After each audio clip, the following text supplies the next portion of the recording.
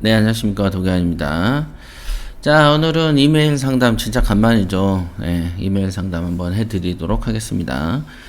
궁금하신 내용들이 있으시면은 제가 이제 답변을 해드릴게요. 이제 기안, 제 이름이죠. 골뱅이 도기안.com 요렇게 이제 연락을 주시면 제가 애증가는 건 상담을 해드릴 거예요. 자, 보도록 합시다. 자, 한번 첫 투자는 무조건 빌라부터 시작하라고 한다. 한번 제가 읽어보면서 얘기를 해드릴게요. 이런 얘기들을 많이 하죠. 그러니까 이제 초보자들이 이제 가장 궁금해한 것 중에 하나는 나는 초보인데 초보 입장에서 경매를 어떤 식으로 접근하는 게 좋으냐. 이거는 물건을 어떤 걸 먼저 살 거냐. 누구는 아파트를 사라더라. 누구는 빌라를 사라더라. 누구는 상가를 사라더라. 뭐 이렇게 얘기하는데요. 통상적으로 대체적으로 제일 먼저 초심자들이 덤비는 게 아파트입니다. 이제 아파트 같은 경우를 제일 먼저 이제 입찰을 많이 보려고 하죠. 통상. 그래서 이제 아파트를 입찰을 하게 되는데, 이유가 뭐냐면 제일 간단하고 제일 인기 종목이죠. 인기 종목. 제가 이제 늘 말씀드리지만은 아파트는 경매에 있어서 시세 차익이 많이 나지 않는다. 그래서 이제 비인기다. 그러니까 이 경매라는 도매 시장에서는 비인기로 봐야 되고 일반 소매 시장에서는 인기죠. 소매에서는. 그러니까 보편적으로 그 경매 시장에 들어와 가지고는 비인기 종목인 아파트를 좋아하는 것은 사실상 그 올바른 경매 투자의 형태가 아닙니다. 그죠? 그런데 어떨 때 그 비인기 종목인 아파트지만 돈을 버느냐. 지금처럼 과거의 노무현 정부나 현재 문재인 정부처럼 아파트를 폭등시키는 정부들이 있습니다. 요 두 정권에서는 이제 폭등이 엄청 됐죠. 사실 아파트가 엄청나게 올랐죠. 노무현 전 대통령 당시에는 아파트만 오른 게 아니고 뭐 빌라니면 빌라 뭐 주구장창 올랐어요. 이렇게 올랐다면은 요렇게 그죠? 크게 해볼게요. 노무현 때는 요렇게 올랐어요. 모든 종목이.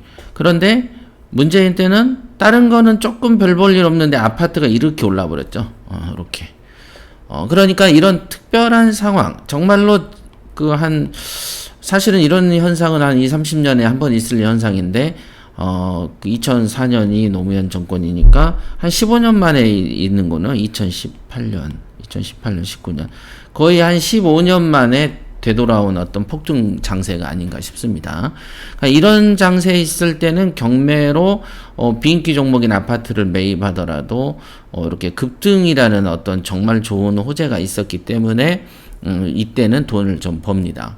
물론 이제 그 노무현 정권 당시에는 이제 그 집값만 오르고 세금은 양도세 중과가 있었지 보유세를 이렇게 매기지 않았기 때문에 그래도 폭등을 했지만 괜찮은 폭등이었다 하면 문재인 정권에서는 이게 인위적인 어떤 폭등도 폭등이지만 재산세, 종부세, 기타 뭐 양도세까지 급등을 했기 때문에 이게 옳은 게 아닌 오히려 뭐 10억짜리가 20억이 됐어도 집이 한 주택만 가지고 있는 뭐 은퇴자들 같은 경우는 자기는 이 집에서 살았을 뿐인데 뭔가 그 세금량은 막 한 200, 300 내다가 1000만원, 2000만원씩 내버리게 되는 이상한 상황이 와서 자기 집에서도 이제 월세 사는 상황이 되는 어떤 그런 거죠. 그래서 집값이 오르면 기뻐야 되는데 기쁘지 않는. 왜냐하면 그 물건을 팔아서 시세 차익이 생겨도 그 동네에서는 다른 집을 살 수가 없으니까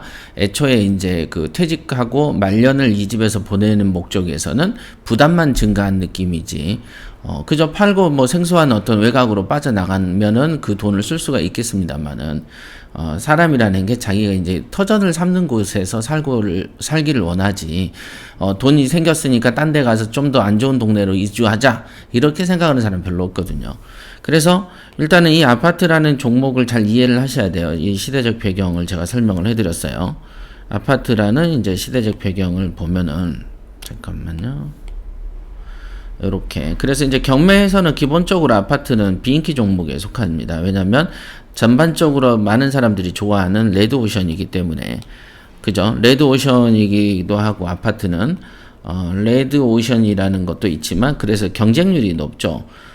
경쟁률이 높다 보니까 어떻게 됩니까? 이제 차익이 좀 적죠.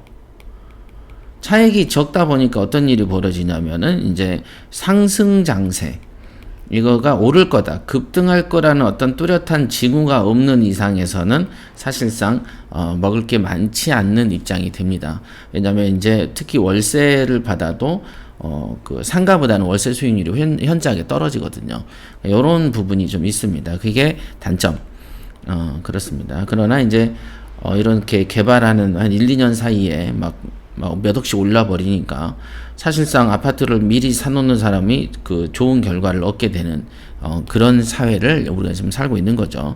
하지만은 경매를 이제 처음 배우거나 저부터도 아파트를 사서 경기도나 이런 쪽에도 아파트를 사가지고 돈을 번 적은 있습니다만은 실제로는 이제 빌라나 기타 등등 상가, 그 다음에 이런 거를 토지 뭐 이런 걸 사서 시세 차익이 더 많이 얻어지지, 우연히 이상한 어떤 그 정권의 힘을 얻어서 내 부동산이 급등할 거를 기대하면서 투자한다는 것은, 물론 재산이 많이 있고 투자금이 많이 보유하고 있는 사람들 같으면은 그렇게 해도 됩니다. 그러나 적은 돈으로 내가 출발해서 내가 정해진 시간 안에 어떤 재산 성장을 이루고자 한다면은 당연히 아파트 먼저 투자하는 것은 옳은 태도가 아닌 것이죠.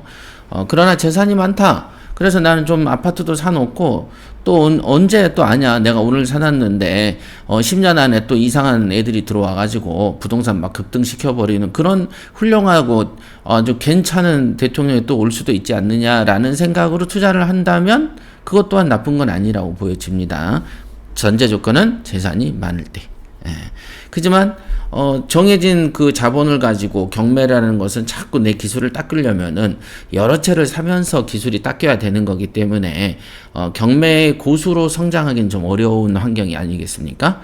이런 것도 생각을 하셔야 된다. 왜냐면은 경매의 고수가 되면은 말년까지 꾸준히 내가 재산을 일궈 나갈 수 있는 기회와 어떤 그 찬스가 생기는데, 내가 이 기술이 약하면은 말년에 꾸준히 돈을 성장시킬 원동력이 없지 않습니까? 그래서 중요한 것은 내 기술이 중요한 것이다. 이렇게 꼭 기억하십시오. 그래서 누군가가 이제 했네요. 저는 분당에 사는 직장인입니다. 이게 색이 좀 진하지가 않다. 이렇게 할게요. 네. 분당에 사는 직장인입니다. 퇴근 후에 매일 밤 경매 관련 유튜브를 보다가 잠듭니다. 몇 년 전부터 경매 투자를 하고 싶었지만은 투자금 문제로 이제 막 시작하려고 합니다. 네. 이런 것도 이제 제가 이제 지적을 한번 해드리자면은, 투자금이 생겨서 막 시작하는 게 아니고 투자금이 생기기 전에 공부 먼저 하는 겁니다. 그죠? 공부 먼저 해야죠. 우리가 전쟁이 나기 전에 총검술 먼저 열심히 하다가 전쟁 나면 총검술을 써먹는 것처럼 전쟁이 나면 총검술을 배우는 게 아닙니다. 그러니까 투자금 문제로 이제 막 시작한다는 것은 공부를 미리 시작했는지 모르겠네요. 그죠? 대부분은 돈이 생기면 투자할까 할 때 그때 공부를 시작하는 것은 또 딜레이가 되는 거 아니겠습니까? 이 문제는 초보자들이 겪는 이제 실수 중에 하나다, 이렇게 볼 수 있고요. 첫 투자다 보니까 신중해집니다. 맞습니다. 경매는 첫 투자든 두 번째 투자든 항상 신중하시는 게 좋고요.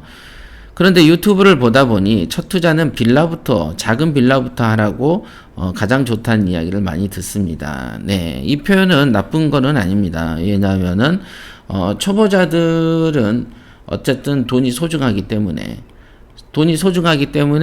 이거를 뭐 처음부터 큰 거부터 덤비는 것은 아무래도 투자에 대한 리스크가 커지죠. 아무래도 초보니까. 여기서 초보라는 것은 제대로 배우지 않는 초보, 즉 보편적인 초보, 그죠? 일반적인 초보를 말하는 거죠. 그러니까 일반적인 초보 입장에서는 당연히 큰 거 먼저 투자하는 것은 옳은 태도가 아니죠. 예, 이거는 맞는 말이에요. 그러니까 다른 유튜브에서 보니 첫 투자는 작은 거부터 하시라라는 얘기는 보편적으로 맞습니다. 보편적으로. 그러니까 저도 만약에 나하고 관계가 없이 스파레즈 교육을 받지 않는 사람이 누군가가 물어보면 작은 것부터 하십시오. 라고 얘기를 하죠. 그러나 저에게 있어서 가까운 사람, 저에게 있어서 중요한 사람이라면 또는 우리의 교육생이라면은 이런 생각을 하지 마라. 작은 거, 큰 거가 어디냐. 매번 똑같은 물건인데 우리가 결국은 작은 것부터 하라는 것은 리스크가 커지는 걸 막자라는 뜻인데 우리가 공부를 하고 훈련을 해서 리스크 자체가 없어지는데 뭐하러 작은 거 큰 거를 나누느냐. 그냥 돈이 되면 큰 거라도 무조건 덤비는 것이죠. 내 돈이 투자금이 있거나 여기서 수익이 생긴다면 큰 거부터 하고 큰 수익이 남은 거부터 하는 것이죠. 그죠? 우리가 뷔페를 가도 빈속일 때 가장 맛있는 거 먼저 먹어라 그러잖아요. 그런데 빈속에서 처음에 뭐 김밥 먹고 뭐 이런 거부터 먹기 시작하면 안 좋다 그러지 않습니까?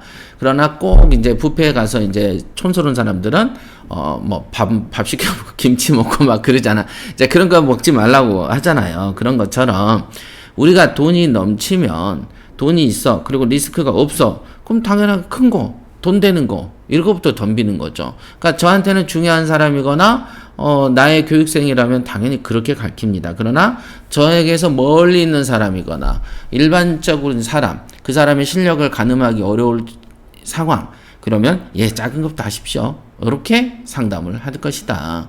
그러니까 여러분들은 이런 내용을 아셔야 된다, 이게. 그래서 정말 빌라부터 투자해야 됩니까? 아니면 상가를 알아봐야 됩니까? 처음 하다 보니까 고민이 됩니다. 네, 맞습니다. 예. 결론 얘기해 드릴게요. 결론은 뭐냐? 잠깐만요. 소리 죽이고. 결론은 뭐냐?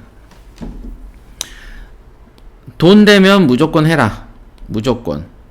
돈 되면 무조건 하라. 이 무조건이라는 것은 종목 가리지 마라. 종목 가리지 마라. 돈 되면은 돈이 정말 돼. 그럼 아파트도 할 수 있는 거고 빌라도 할 수 있는 거고 상가도 할 수 있는 거죠. 그죠? 그러나 토지는 살짝 비추죠. 왜? 일단 들어간 돈이 너무 많죠. 그 다음에 이제 대출을 낀다고 해도 대출 이자를 감당하는 게 이 토지에서 토지의 사용료로 이렇게 받아가지고 감당하기가 어렵습니다. 그러니까 기본적으로 이제 저의 투자 원칙은 항상 여러분들한테 권하는 건 뭐냐면 어떤 대출을 하게 되면 우리가 이제 우리 흔히 말하는 제살에서 이자가 나오게 해라라는 거죠. 그래서 아무리 물건 개수가 10개가 돼도 20개가 돼도 거기에 나오는 대출 이자는 자기 살에서 파먹을 수 있다면은 충분하게 우리가 리스크를 항상 유지하는 거죠. 낮게. 그죠? 우리가 자동차도 온도가 높아지면 자동차가 불타잖아요.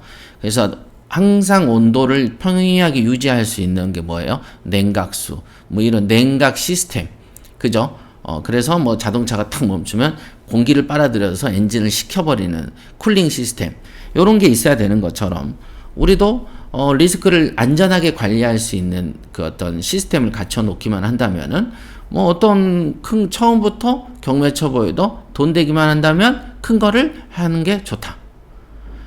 빌라냐 상가냐 가릴 필요도 없다. 왜? 시세 조사할 것도 똑같고 어떤 종목의 속성이 조금씩 다를 뿐이지, 뭐는 어떻고 구별할 만큼 큰 건 아니다. 그러니까, 그죠? 아시겠죠? 우리가 먹는 밥이면 김치나 이런 거죠. 배추김치나 깍두기나, 그 다음에 나물이나 똑같이 젓가락으로 집어서 입에 넣는 건 매 한 가지인데, 이런 걸 나누느냐. 이렇게 보시면 되겠습니다. 항상 가리지 말고 한다. 그 전제는 뭐냐? 내가 실력만 있으면 된다. 잊지 마십시오. 여기까지 하겠습니다.